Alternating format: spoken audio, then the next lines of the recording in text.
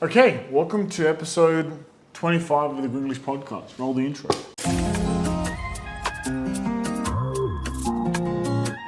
I'm Greek Australian. That's why I look like this, but I sound like this. So it's going to be a long one. I'm going to start by revealing some secrets. I was contemplating not even saying this stuff, but I've always said that telling people your problems can only help you and help others. I've always known that my biggest enemy wasn't going to be competitors in business or anything else really. It was always going to be myself. And I didn't know how true that would end up being. In 2021, all of the big deals that I had going in my business, e-commerce brokers, which is where I help people buy and sell online businesses. I'm an online business broker. All of them fell through. I had a 24, 10, and 100K deals, and all of them fell through, and I was broke. I've been broke about 7 times in my life, entrepreneurially, well, financially. And coming back from that is not easy. And due to the mistakes of my previous accountant and my acquisition of the apartment I live in now, I was stressed out like crazy at the start of this year and also was out of money. I overspent on a bunch of stuff and this apartment was really the last one. And so in January, my lease for my apartment that I was renting in Kalithea in Athens ended. And I was like, well, I'm probably going to buy at the end of Feb. So I just need somewhere to live for a month, which was fine. But during that month, the same thing happened, but in a different way to what happened to me in 2021 when I was broke. In 2021, I was living in Barcelona. I was staying housemates with a lady who was like 45, running a yoga studio out of her place. And let's move this up, huh?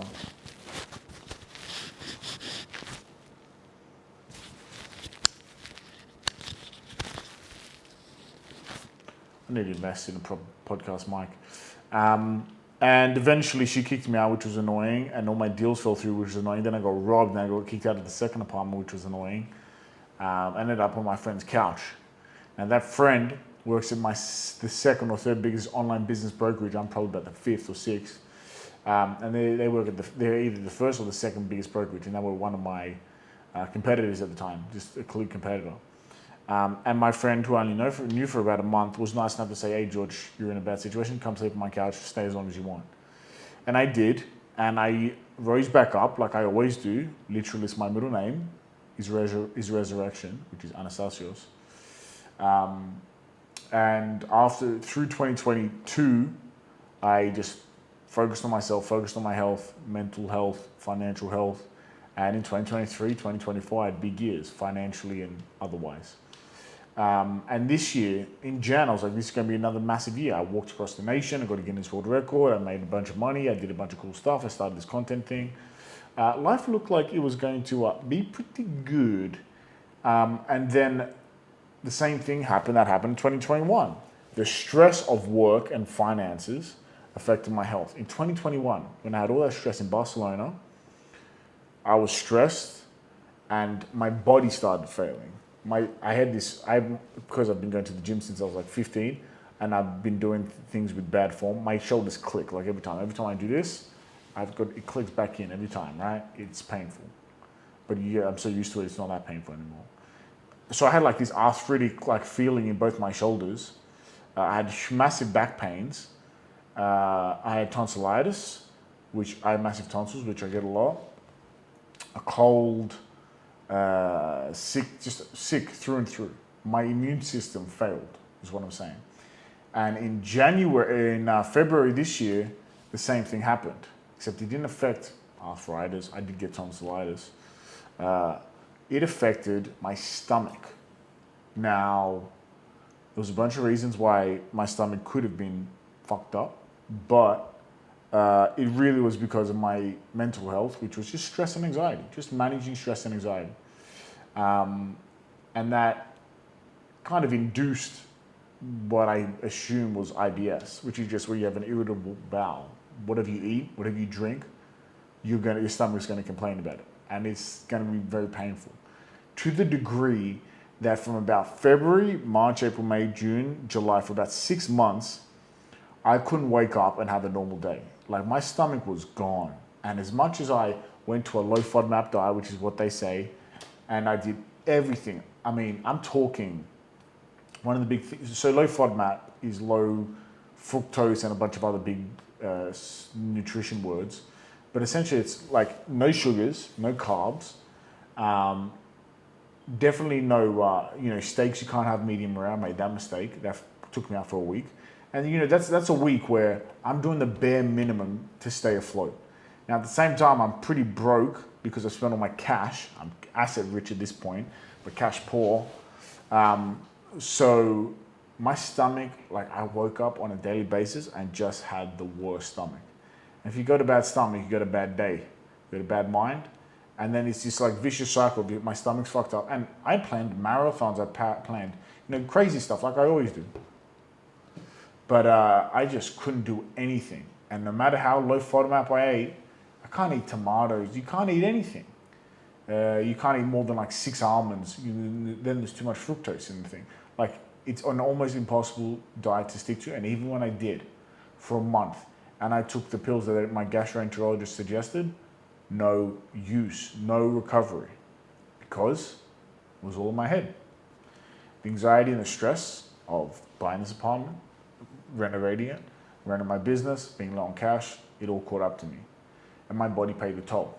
Now, I did walk across the nation in December, but for December and January, I was healthy and I was fine. It was the stress of February that really wiped me out. And I honestly, it's funny because I wasn't in any of a depressed state prior to, but the stomach made me depressed. Like I just couldn't do things. I couldn't go out. People say, let's go out. Well, I can't drink alcohol. I was 6 months off alcohol because I couldn't. One beer and I was totaled, out for a week. Dates, you can't go on a date, really, because my stomach's fucked up. You're going to sit there, drink water like an idiot, and I can't choose anything from the menu. It was really bad, and I was at my wit's end. And I went to a gastroenterologist. He goes, I did low FODMAP for a month, which you're supposed to fix it and start bringing things back into your diet, and nothing, just didn't work. Then I met my comedian friend George, and he said, well, I've actually had IBS for 5 years. It was all because of my stress and anxiety. I'm like, nah. And I'm someone who seeks stress. I'm someone who seeks discomfort and anxiety. But I think at some point your body takes the toll that your mind can take. Your body can't take that toll. So it all caught up to me. I think all the stress of 2025 caught up to me. And anyway, my friend George, a comedian, said he's had IBS for 5 years because of his stress and anxiety. Now, I did a bunch, and he said he takes antidepressants. Now, I'm very against it. Any drugs, including antidepressants. Then I looked up a study, and there is meta-analysis on antidepressants curing IBS. 65% of the time, amitriptyline worked in their studies. At the point at which I was, which was my business is failing now, my life is failing now, I'll try anything. Now, a gastroenterologist isn't going to recommend it because it's not approved by the FDA. But I went to my therapist. I'm like, what do you think? She's like, try it. Seriously, if your stress is catching up to you, try it. I tried it for 3 weeks, fixed. And when I tell you, you just can't believe the magic pill works, right? And it's a very low dose amitriptyline, not even prescription. And I was very cautious because I've heard, horror stories of, benzodiazepines and this and that and all this stuff. So I was very cautious. But when I tell you within 3 weeks, all my problems were gone and I was back to normal, a problem that I thought I would never fix for years, I'm 100%. And you know, if I hadn't met George, I don't know what I would have done. Now, at the same time, I'm also, in about 10 days less, I'm going to close a deal, one of my biggest deals for my business, and make a bunch of money. Which was the whole problem in the first place. I got stressed about money, and then I got sick. So it's weird. What can I tell you? It's bloody weird that, you know, we go through this shit, and then random things, random talks with people. Because I told I cancelled like half my comedy shows in the last 6 months. I've cancelled because I couldn't. I'm going to be funny when I'm in pain. I can't do anything. Can't think. Can't do anything. So yeah, like what can I say? It's been a shit 6 months. I've tried my best to live life, but honestly, impossible. I'm not recommending anyone to take antidepressants for IBS. I mean, I don't know. I leave that to the FDA. Leave that to the gastroenterologist. But for me, when I tell you it worked, like black to white, 100%, like 0 to 100 worked, 100% it worked. 100% it worked. I'm so much more energy. I have 0% pain in my stomach. I can eat everything. I've tested the shit of it. I've been drinking like crazy at the Baniyidya, at the parties here in Greece. Oh, I can't. It blows my mind. My friends, who I've been absolutely annoying the hell out of because I can't eat out. I can't eat anything, basically. I'm eating oats, eggs, and meat. That's it. Well done meat, too. With no seasoning, nothing. I had this joke that I've been eating like Europeans before they found America and India and Africa. I've eaten plain shit all this time. But it worked 110%. That's my anecdotal, you know, evidence. But it's worked 100%. And my plan is to take it for 3 months. You know, the money coming in is going to help, no doubt. It hasn't come in yet, and it's already worked. So, you know, I'm not going to discount it because of that. It has worked well outside of my own, you know, stresses. Give myself time to relax. Give myself time to get stable, and take care of myself. And then slowly wean myself off it. But holy shit, did it like rock my world. You know, I always say I'm preparing and training for the day that problems come my way. And I know that they're going to be very weird, different, and what's the word? Unique. In every new problems, future problems, always going to be uniquely different. And you have to prepare for the unknown. I did not expect to have IBS based off anxiety and stress. But just like everything, everyone's got an identity. You know, we're having an identity crisis. I talk about identity a lot here on this podcast. I've always made my identity pretty clear. There's some things, you know, I'm an entrepreneur, I'm Greek, I'm a comedian, I'm a content creator, whatever you want to call it, right? I love history. You know, we pull upon these things, but above all else, for me, it's in my name. I am Greek, my name is George. It's a Greek name, it means farmer. And for me, I love going to my farm in Kythera, my family farm, and working with my hands. Yorgos comes from the name Zeus. Yorgos, the first Olympian god that the Athenians adopted, which eventually just became Zeus, but that's where the name Yorgos comes from. Saint George, the Roman soldier and martyr.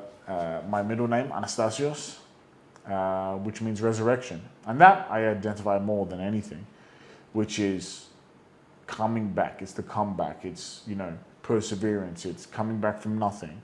I've done that so many times. I think this time I'm going to try and not.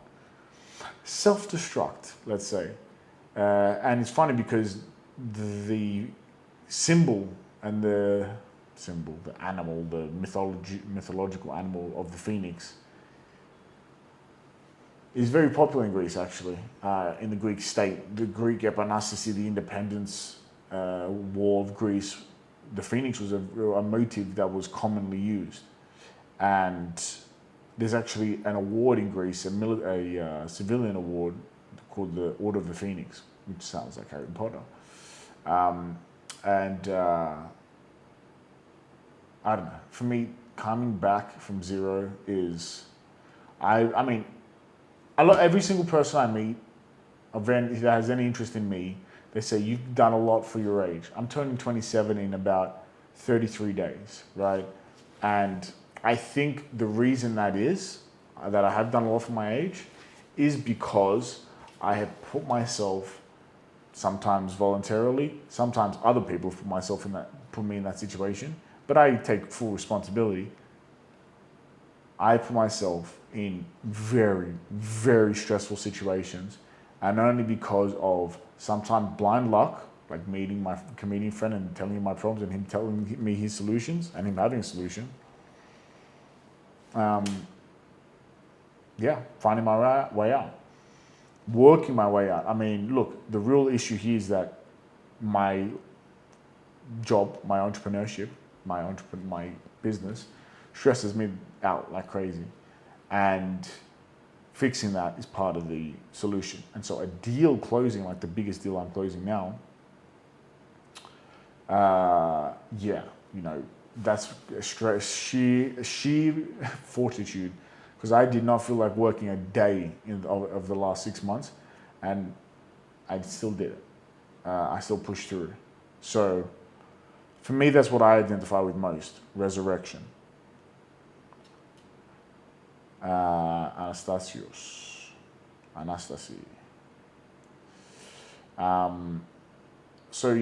Anyway, so that's my 2 cents. I don't know. If you're struggling with the same problems, honestly, talk to a therapist, talk to a psychiatrist, psychologist, whatever you want. Try it out if they prescribe it. But holy shit, did it work for me. Be careful with it. Of course, talk to your doctors. But I can't even tell you.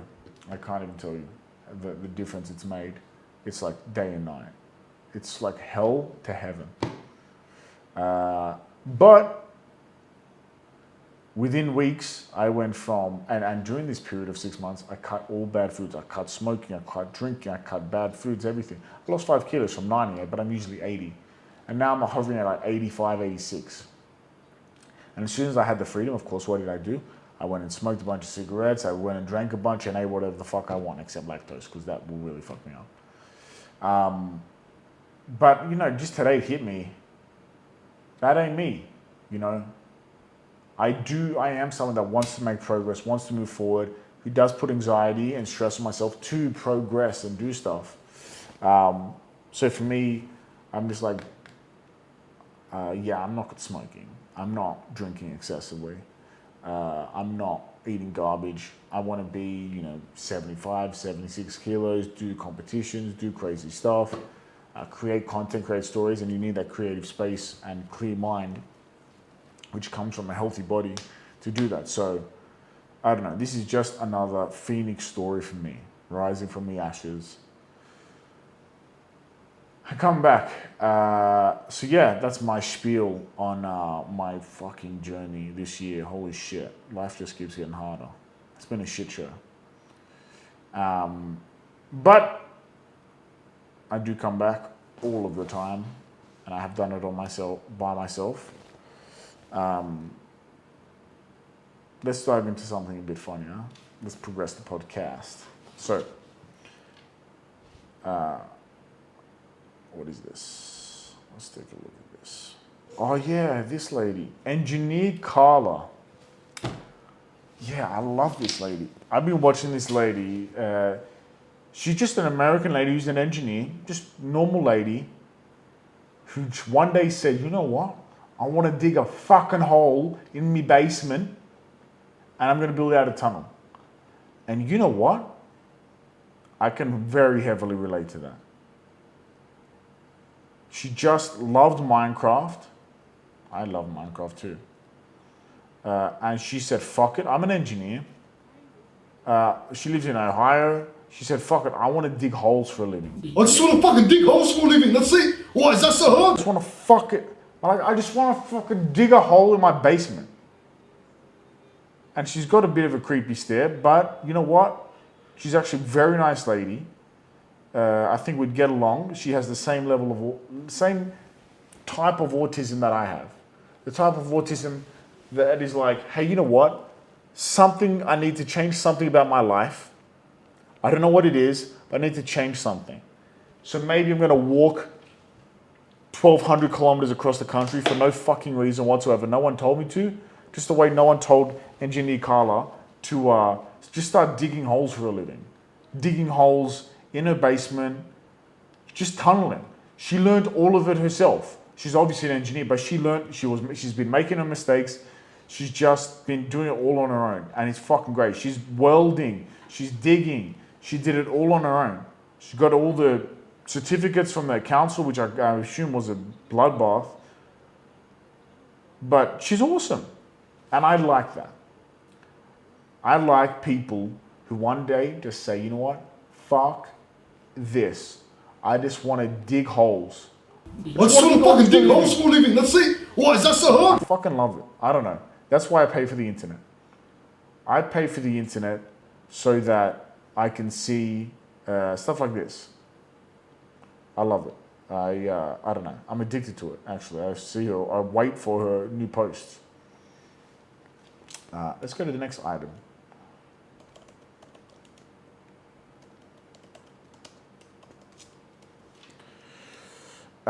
Spinalonga. Okay, so this is I've heard of Spinalonga. Spinalonga, let me pull it up on maps for you. Spinalonga is in Crete somewhere. And I have not been, so I'm very curious. I'm curious, George. Screen recording, let's check it out. So Spinalonga is in Crete. Let me see if I can guess where it is. Is that Spinalongis? Paximiti. Paximathi. Where is Spinalongus? Is that Spinalongus? Where is Spinalongus? Spinalongo. Alright, I'm going to type it in now. I thought I could guess this shit.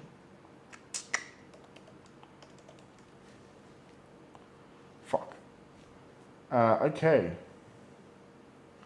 So a friend of mine told me about Spinalonga.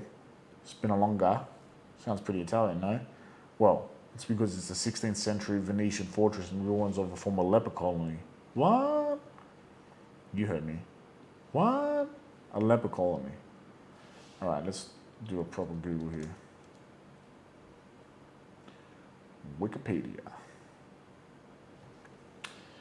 Spinalonga is an island on the Gulf of Elunda in Crete.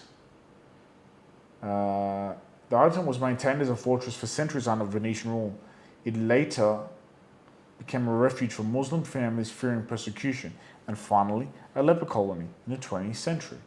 It has been uninhabited since 1962, though it has undergone some restoration work in years since.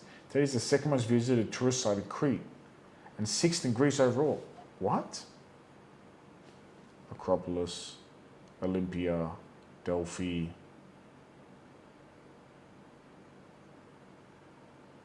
Mykonos, Santorini, Spinalonga?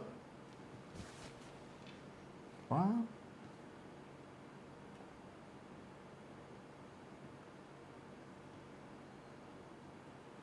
want to check out the fortifications, huh?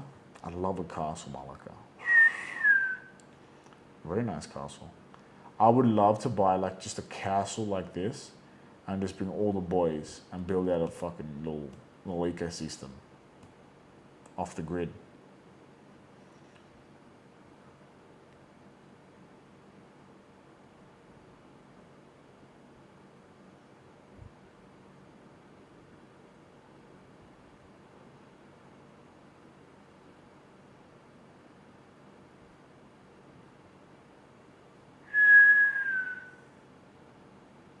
Proveditore Generale Jacob Froscarini suggested fortifications for Spinalonga.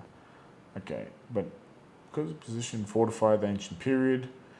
Entrance of the port of Moulos. These defences fell into ruin over the following centuries. Christians hid among the ruins in 820s to escape Saracen invaders. Venetians occupied Crete from 1210 and built a number of fortresses on the island. Spinalonga was among the last of these. Okay. And of course, during the fall of Constantinople, they had to fortify because the Turks were taking everything. In 1578, they hired Jenny Brasani. Foundations in 79, built over the ruins of an Acropolis. Don't just go over the top, go crazy. Wow.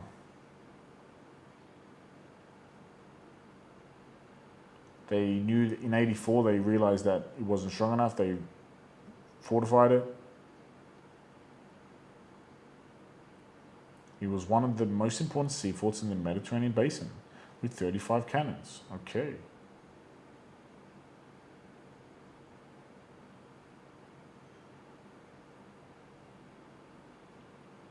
Remained in Venetian hands until the fall of Crete to the Ottomans. Owned by agreement.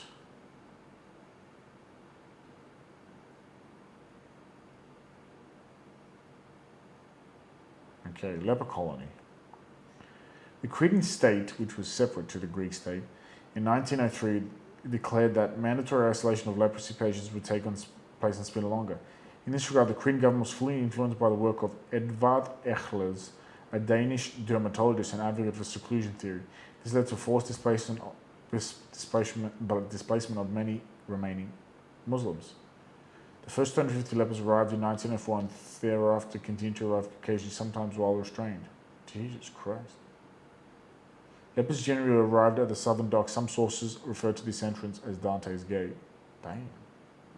The island was only accepted Cretan lepers from until 1903, when Crete was returned to Greece. Spinalonga accepted lepers from the rest of Greece too until the Axis occupation. Some staff were present there, including 3 street sweepers with disinfectant duties, a priest and a caretaker. Okay.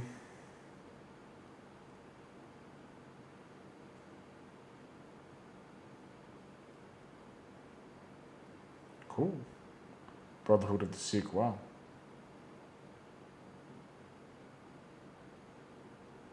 New treatments for leprosy obviously ended that. The island was left empty for decades after the departure of Katsoulianakis and suffered from looting during the Greek junta. Surprise, surprise. Access to it was banned on the grounds of fictional infection risk. The fairy tale restriction was designed to prevent looters. Well, I'd love to go. Who wants to go with me to Spinalonga? Can you buy houses there? Damn, I want to go now. Let me see some photos. I mean, it's really well fortified. Look at this thing. It's got Monovasia vibes. I mean, it's a bit creepy that it's a leper colony. It was a leper colony. But how cool would that be as just a paintball range? Imagine playing paintball in Spinalonga. But, like, to make a new city there. Like, in the old fashion, in the old houses. Just to be like, okay, you know, sell the plots of land for, you know, something reasonable. And be a thriving city again. I don't know. That's my Minecraft brain going. Cool. Spinalonga. I think we might leave it there. It's already a half-hour podcast. I'll see you in the next one.